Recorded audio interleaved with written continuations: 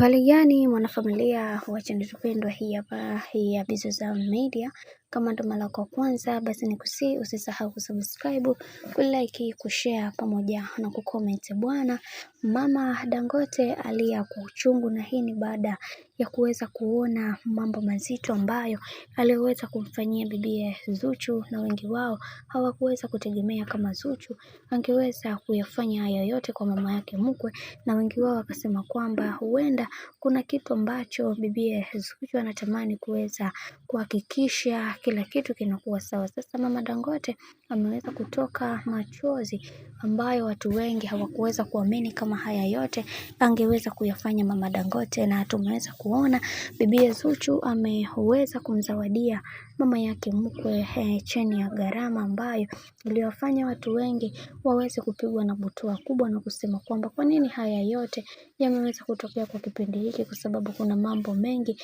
ambayo yanayoendelea, na wengi wao wanatamani kuweza kuhakikisha kila kitu kikiwa katika misingi na mikakati iliyo bora, lakini kuna vitu vingi ambavyo bado haviko sawa kwa upande wao, na wengi wao wanatamani kuweza kuhakikisha kila kitu kinakuwa katika misingi na mikakati iliyo bora, kwani watu wengi hawaamini katika haya ambayo yanayoongeleka kwa sasa. Hivi hatupaswa kuweza kuhakikisha kila kitu kikiwa katika misingi imara ili kuweza kufikia malengo ambayo tulioweza kujiwekea katika maisha, na hicho ndio kitu pekee ambacho wanatamani kuweza kukiona katika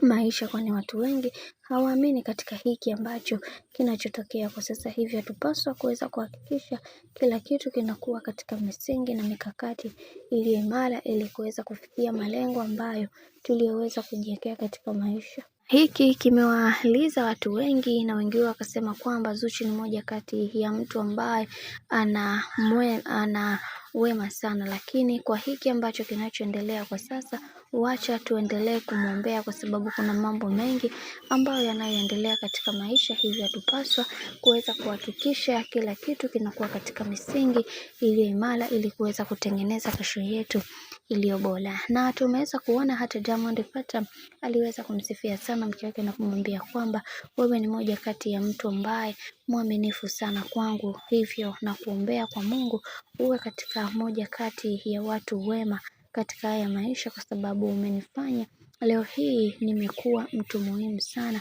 na nakuombea sana kwa Mungu, kwa sababu wewe ni moja ya mtu pekee ambaye umenisapoti katika kila hatua ya maisha yangu, kwani wewe ni mtu pekee ambaye umenifanya niweze kuitwa mtu mzuri huko mitandaoni kwa sababu yako.